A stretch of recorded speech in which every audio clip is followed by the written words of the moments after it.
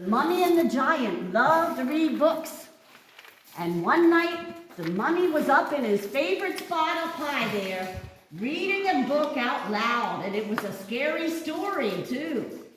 And in the middle of that story, there was a loud, loud noise.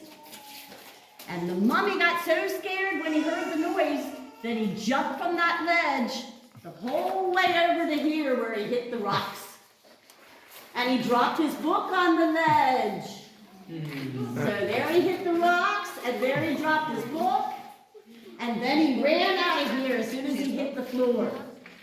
Now he had been reading to the giant, and the giant was back in that corner when he was reading to him.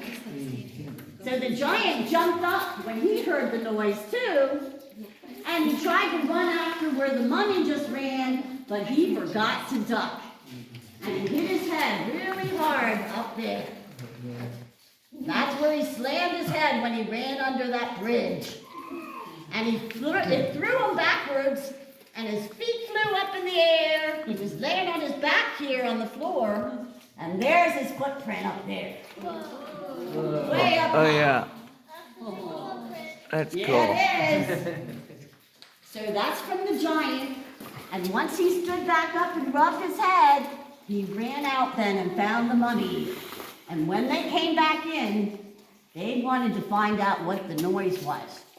So they both came in bravely to look for what happened and what the noise could have been. And that's when they met Charlie. And that's Charlie up there. Charlie is a dragon.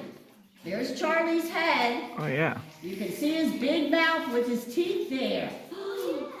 So there's his teeth, and there's his eye. There's his big face and his cheek there. Yep. And there's his long neck. And there's his wings up high.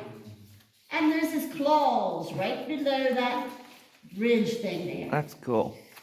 So the dragon named Charlie is who made the loud noise.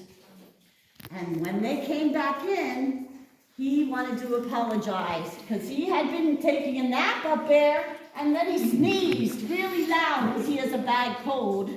And that's what scared them when he sneezed.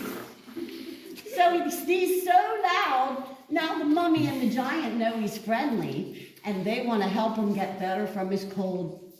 So they knitted him a scarf out of the pretty white flowstone that you see there.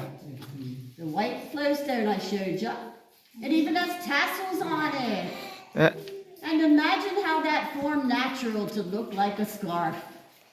So once he had his scarf on, he got warm. And he got all better from his cold. And then he never took his scarf off because he loved his scarf that his two best friends gave him, the mummy and the giant.